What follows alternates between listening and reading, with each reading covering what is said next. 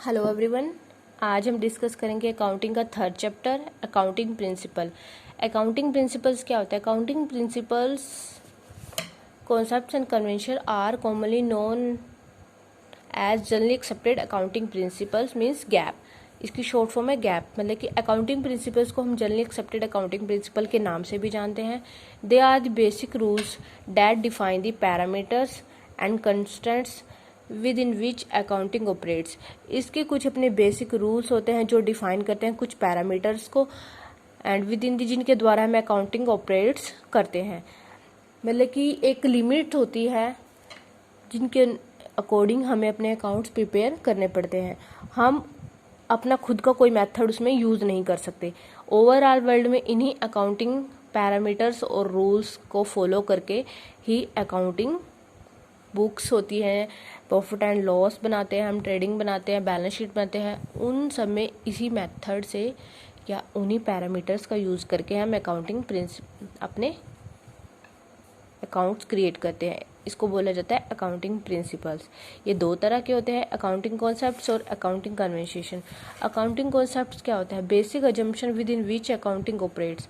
हम ये मान के चलते हैं जो भी हम अकाउंटिंग अपना ऑपरेट कर रहे हैं उनमें बेसिक जो हमारी अजम्पशंस है उनका यूज़ हो रहा है। It is important to follow the accounting concept and better understanding of accounting.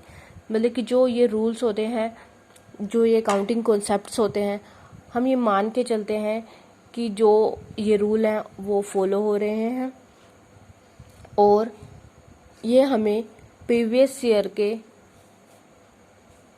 Profit and loss के लिए हेल्प करते हैं और हम कंपैरिजन कर सकते हैं और हमें अकाउंटिंग इन्फॉर्मेशन प्रोवाइड करते हैं।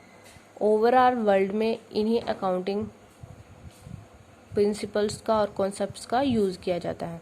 ये तीन तरह की एजम्पशंस होती हैं। आगे going concern assumption. According to this assumption, it is assumed that business shall continue for a long period in the future and there is no intention to close the business or scale down its operation significantly. मतलब कि हम इस उसके according, assumption के according हम ये मान के चलते हैं कि जो हमारा बिजनेस है वो लॉन्ग टर्म तक चलेगा और इसमें बिजनेसमैन की कोई इंटेंशन नहीं है कि वो अपना बिजनेस क्लोज करे।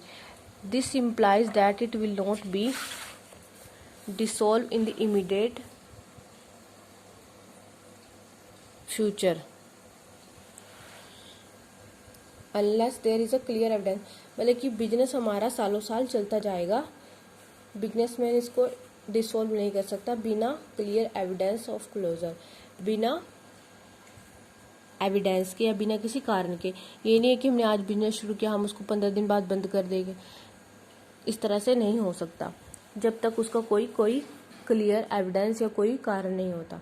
Going concern concept means business लगातार चलता रहेगा। नेक्स्ट इज कंसिस्टेंसी एजम्पशन या कंसिस्टेंसी कॉन्सेप्ट। कंसिस्टेंसी मीन्स लगातार।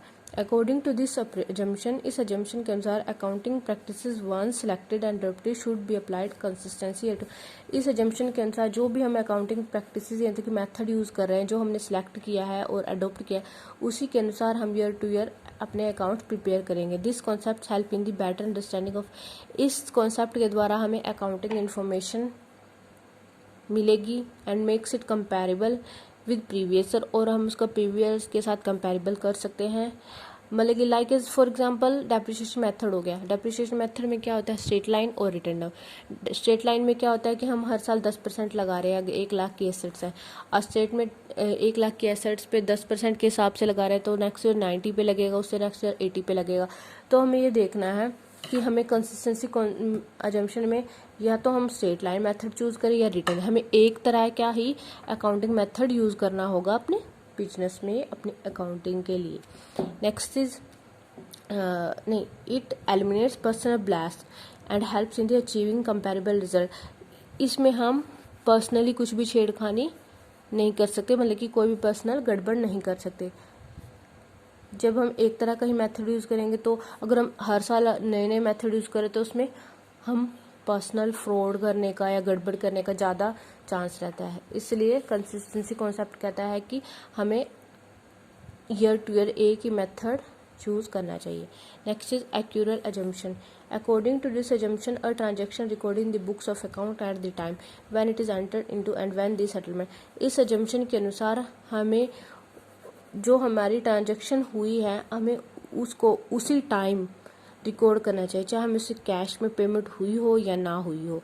When it is entered into not when the settlement, जब उसकी सेटलमेंट होगी तब की तब देखी जाएगी। लेकिन अगर वो आज ही सेल हुई है, इस तारीख को राम ने मुझसे 20 रुपये का सामान लिया बट वो पैसे मुझे 2-3 दिन में देगा, तो सेल तो हुई है ना। Revenue is recognised when realised when sale is complete और सर्विसेज आर रेंडर्ड। मतलब कि रेवेन्यू इज रिकॉग्नाइज, रेवेन्यू तब रिकॉग्नाइज होगी जब हमारी सेल कंप्लीट हुई और सर्विस, हमें उससे पैसे से कोई लेना देना नहीं है। जब पैसे होंगे तब उसकी एंट्री कर देंगे, बट अभी तो हमारी सेल हुई है ना, वो हमारे रेवेन्यू में काउंट होगा। तो इसको बोलते हैं एक्यूरल अजम्पशन। जो at a time at present हुआ है, जो सेल हुई है, हमने सर्विस प्रोवाइड की, उसको हम एंट्री करेंगे। कैश रिसीव और does not receive no affect the transaction of account. Cash receive हुआ है या नहीं हुआ है, उसका हमारी अकाउंट की ट्रांजेक्शन में कोई इफेक्ट नहीं पड़ता। Thank you everyone.